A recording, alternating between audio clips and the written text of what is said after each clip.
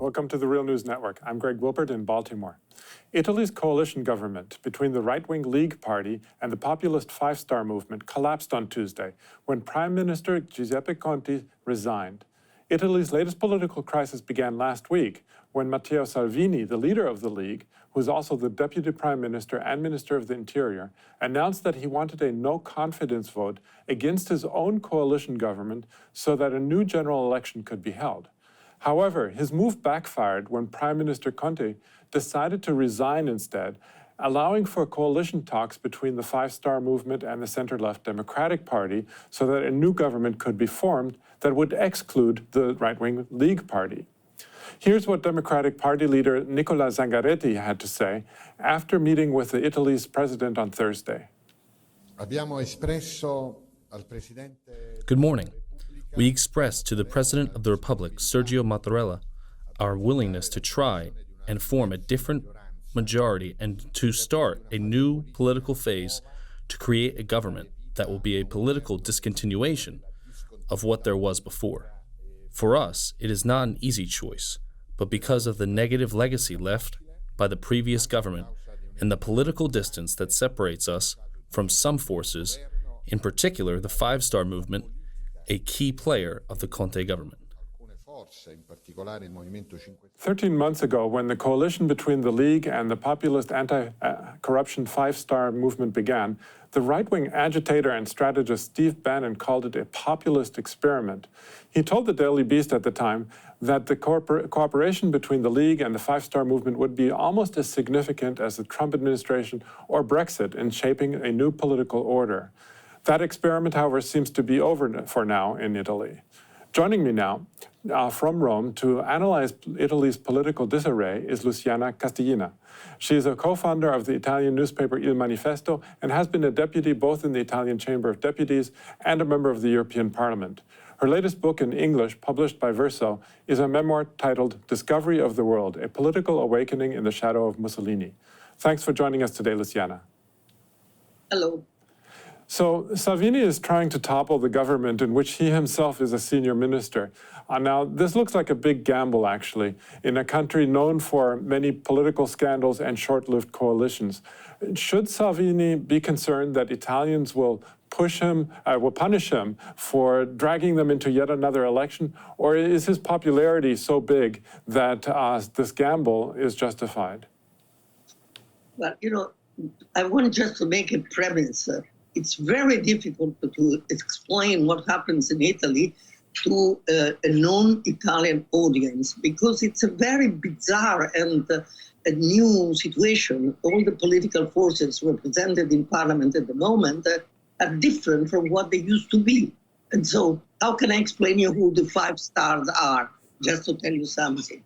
It's something which can be one thing and another. There is right-wing people inside and left-wing people, and they are much more left-wing than Salvini, of course, but it's difficult to understand.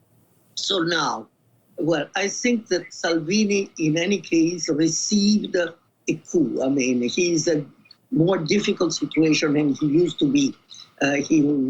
He's strong if he goes to the election immediately, but what happened in the last weeks proves that he is not so sure of himself as he used to be. And there were demonstrations in Italy in the last weeks against him, new, because a lot of people even already understood that what he was promising to everybody was just fake news. And so now he's embarrassed and he's on his retreat. The point is, will the new alliance between the Democratic Party and the Five Star work or not? That's the question. And my personal and not just personal opinion is that the Democratic should have looked for an agreement with the Five Stars from the very beginning, saying, okay, if you accept these points, we are supporting this government, otherwise not. And instead, they lost a couple of years now in this absurd game, which was the government. So, Luciana, the Five-Star Movement and the PD, which is the Democratic Party, which is supposed to be a center-left party, are now negotiating for a coalition agreement. I'm wondering, first of all, what do you think can one hope, in the best-case scenario, could come out of this negotiation in terms of a government? Will it be a center-left government if it succeeds, or could it be something worse? What do you think? Well, you see, on the left, we all hope that this government will succeed.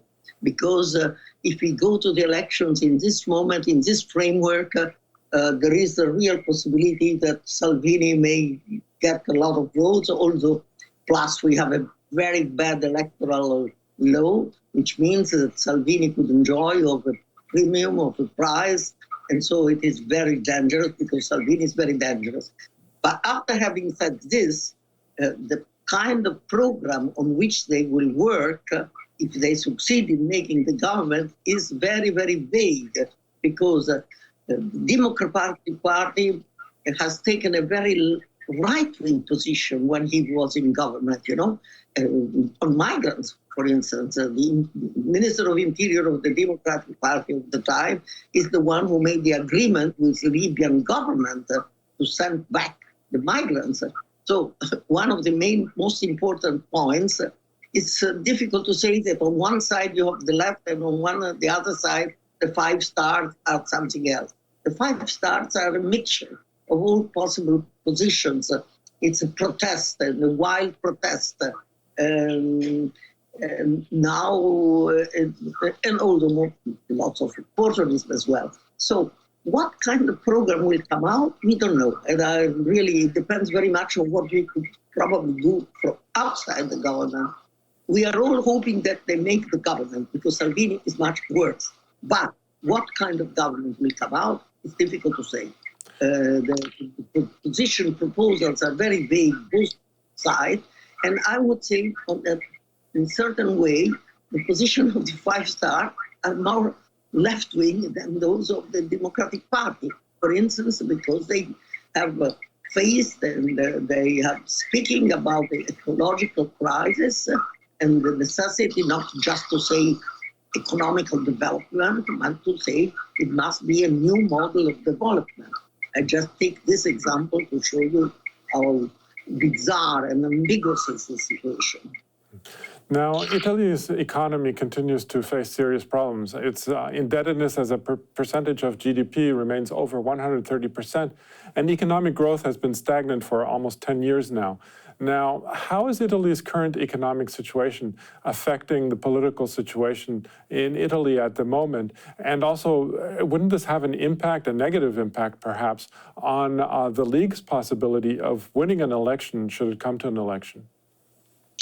Well, you see, misery and crisis, economic crisis, never help reasoning well. They feed protest and wild protest, and this is what happened in Italy. The bad situation in Italy, the economic situation, depends very much on a very high public debt, which has been accumulated by the previous governments. Long time, long decades in which the government have spent without, with demagogy, without never trying to keep the budget in order.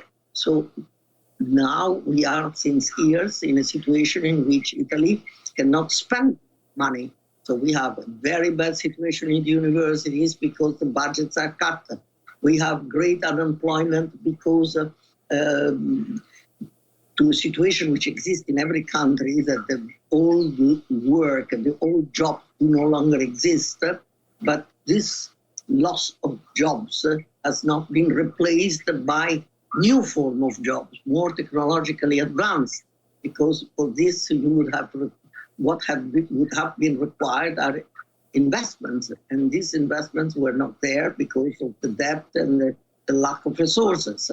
And I mean, this, and then, this is why Italy is in such a bad situation. One should say that all Europe is not in a good situation, not just Italy, but Italy more, because it has always been a great weakness, which is the south and the north. And we have more, you know that Italy has more migrants than immigrants, because there are millions of young Italians going around the world to try to find jobs in other European countries, but also abroad, New Zealand, Australia, and so on. I mean, just to tell you that how bad the situation is, we have a south of Italy which is getting worse and worse. It's going to probably to be, I don't know, like, so that is, the context is very difficult. And when you have unemployment, misery, and cuts in public spending, everything, health, schools, universities, and everything, well, then what comes out is a blind protest. It's not a project. Okay. Well, we're going to leave it there for now, but we'll probably come back to you soon, especially as we find out how these coalition negotiations are going and whether there's going to be new elections. But we're going to leave it there for now. I was speaking to Luciana Castellini, co-founder of the Italian newspaper Il Manifesto. Thanks again, Luciana, for having joined us today. Goodbye. Thank you. And thank you for joining the Real News Network. Thanks a lot for watching. Appreciate it. But do us one more solemn favor. Hit the subscribe button below. You know you want to. Stay up on the videos.